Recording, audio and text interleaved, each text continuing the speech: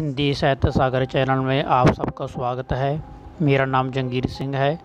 यदि आप मेरे चैनल को पहली बार देख रहे हैं तो मेरे चैनल को सब्सक्राइब, लाइक और शेयर ज़रूर कीजिए। साथ ही बेल आइकन का बटन प्रेस कर लें ताकि आपको हर वीडियो की नोटिफिकेशन मिलती रहे। तो आज हम करने वाले हैं जयशंकर प्रसाद के द्वारा लिखित आकाशदीप कहानी का सार। शुरू करते हैं भूमिका से। यह कहानी जयशंकर प्रसाद द्वारा रचित है। इस कहानी में इतिहास और कल्पना का सुंदर मिश्रण किया गया है। इसमें दो बातें प्रमुख चलेंगी। एक तो यह घटना ऐतिहासिक है, दूसरा थोड़ा कवि ने अपनी कल्पना का सहारा लेकर इसे लिखा है, निरापुरा इतिहास भी नहीं है। तो कहानी कहाँ से शुरू होती है? दो बंदियों की है। दो बंदी हैं जो बंदी बना ले गए हैं और वह आपस में वार्तालाप करते हैं कि कैसे यहाँ से भागा जाए। तो उसी के संबंधित उसी के इर्द गिर्द सारी कहानी घूमती है। इस कहानी में दो बंदी हैं, वो आपस में वार्तालाप कर रहे होते हैं। बंदी कहाँ पर हैं? जो एक समुद्री जहाज के साथ जुड़ी एक नाव है। समुद्री जहाज के साथ जुड़ी हुई एक नाव है, किश्ती है, उसी में सवार हैं, उसी में ही बंदी हैं। तो रात के अंधेरे में मुक्त होने की योजना बना रहे हैं और योजना बनाने के बाद वह सफल भी हो जाते हैं, अर्थात मुक्त हो जाते हैं, बंदी से मुक्त हो जाते हैं।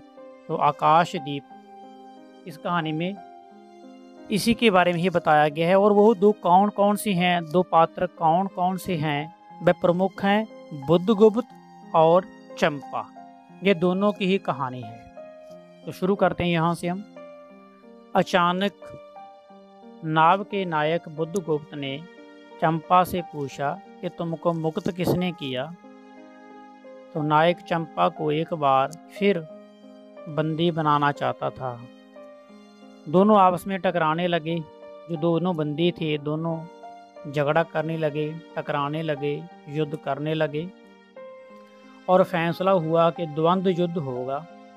जो विजयी होगा वह स्वामी होगा। फिर दोनों बुद्धगुप्त और चंपा के बीच, दोनों बंदियों के बीच युद्ध आरंभ हो गया। अंत में बुद्धगुप्त की विजय हुई। अब वे बाल द्वीप से बहुत दूर तक निर्जन नवीन द्वीप के पास थे। बुद्धगुप्त ने चंपा से पूछा कि तुम्हें बंदी क्यों बनाया गया था? अभी वह बातचीत कर रहे हैं, वार्तालाप करते हैं कि तुम्हें बंदी क्यों बनाया गया था। बुद्धगुप्त चंपा से पूछता है। उत्तर मिलता है कि वानिक मणिभद्र की पाप वासना के कारण। वह बताती है कि उसके पिता मणिभद्र के यहाँ प्रहरी का काम करते थे।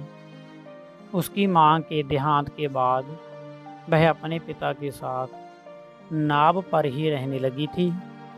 8 वर्ष से समुद्र ही उसका घर था। तो तुम्हारे आक्रमण के समय मेरे पिता स्वर्ग सिधार गए थे। अर्थात बुद्धगुप्त के आक्रमण के समय मेरे पिता, उनका कहना था कि स्वर्ग सिधार गए थे। मणिभद्र उसे अपनी वासना का शिकार बनाना चाहता था।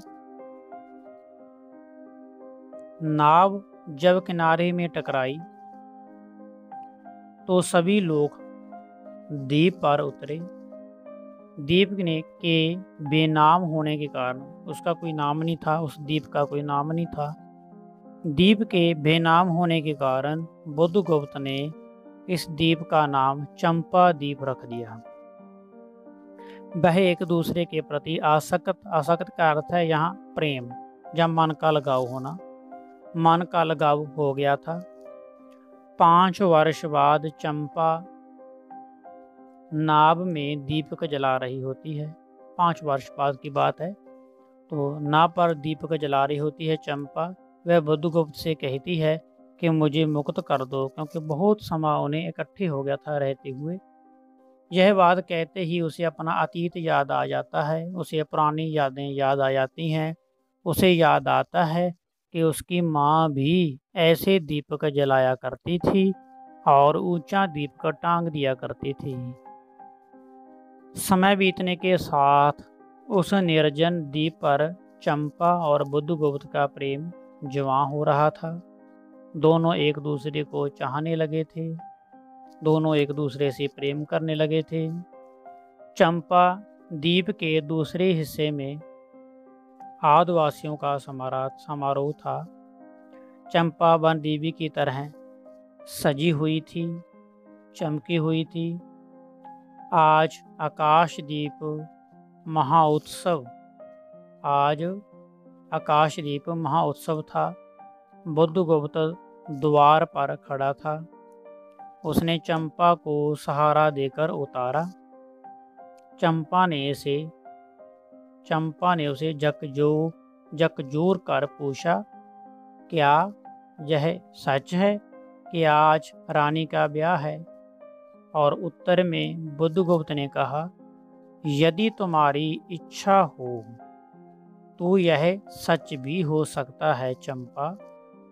वह स्वीकार करता है कि मैं तुम्हारे पिता का हत्यारा नहीं हूँ। वे एक दूसरे दस्यु के शस्त्र से मरे थे। एक दूसरे के दस्यु का शस्त्र है कि मतलब साझा वार, कि एक व्यक्ति ने वार मारा, एक व्यक्ति ने वार किया, दूसरे ने भी साथ में वार कर दिया, तो क्या हुआ, साझा वार हो गया, दोनों की गर्दनें उड़ गई, दोनों खत्म हो गए। तो बुद्धगुप्त ने चंपा के पैर पकड़ लिए। उसने कहा कि मैं दोषी नहीं हूँ, परंतु चंपा नहीं मानती। वह वहां रहकर अपने पिता की जल समाधि की खोज करना चाहती थी। वह सोचती है कि मुझे भी इस द्वीप पर सदा अपनी माँ की तरह ही जलते रहना होगा, दीप को जलाते रहना होगा, आकाश दीप की तरह, जो आसमान में दीप होते हैं, रोशनी होती है, उसी की तरह है। तो यह कथा ना जाने कितनी शताब्दियों पहले की है। लेखक का मानना है कि यह कथा बहुत पुरानी है, लेकिन उसमें थोड़ा सहारा लेकर, कल्पना का सहारा लेकर ही इस कहानी की, इस गाथा को उन्होंने संजोया है।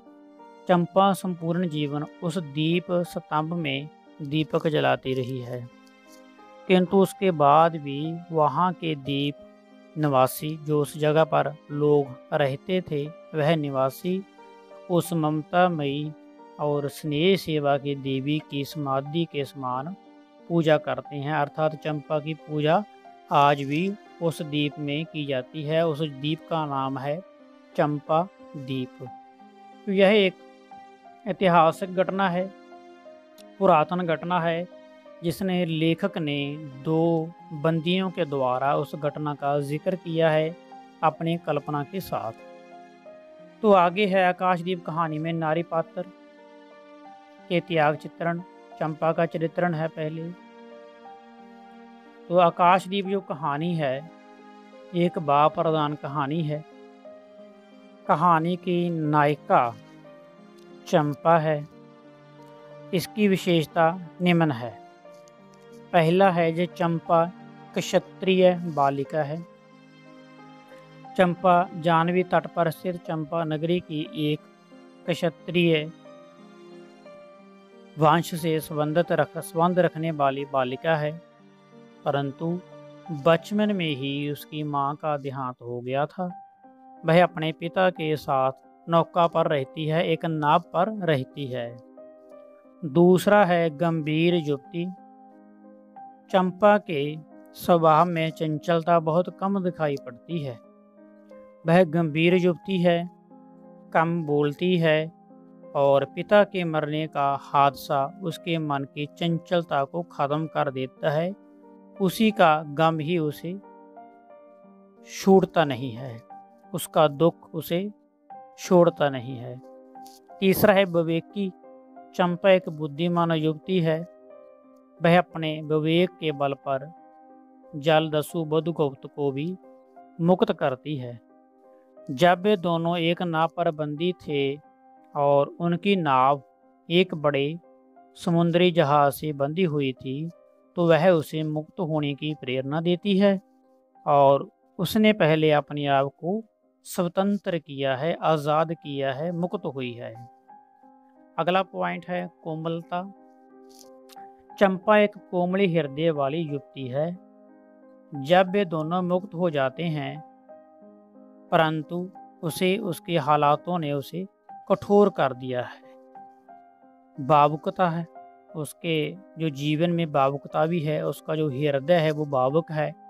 वह बुद्धगुप्त से प्रेम करने लगती है, परंतु यदि उसके मन के किसी कोने में बुद्धगुप्त के प्रति नफरत की ज्वाला जलती रहती है, क्योंकि उसे लगता है कि उसके पिता को बुद्धगुप्त ने ही मारा है।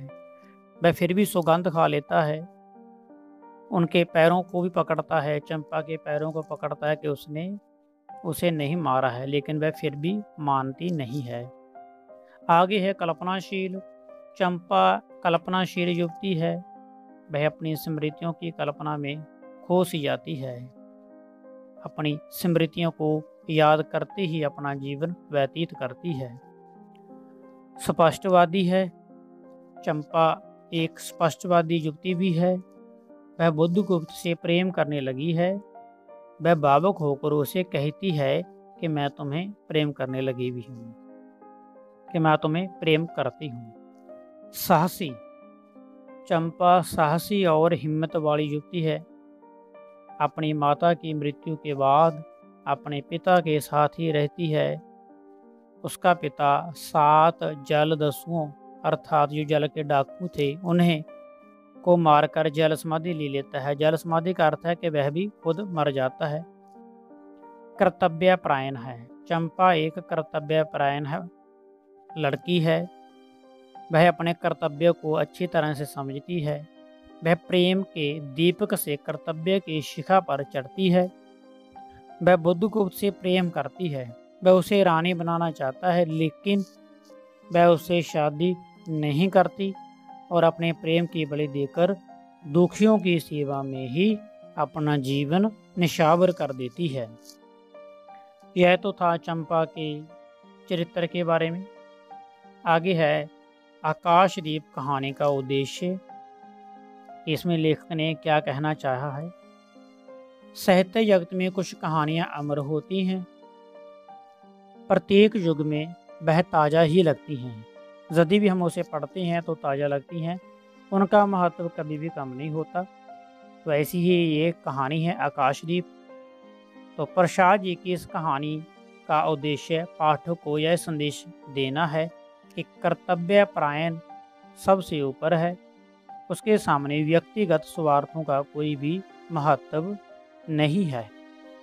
व्यक्तिगत स्वार्थों में लिप्त व्यक्ति उस व्यक्ति से ही कहीं ज़्यादा छोटा और नीचा हो जाता है, जो अपने कर्तव्य के लिए व्यक्तिगत स्वार्थ त्याग देता है।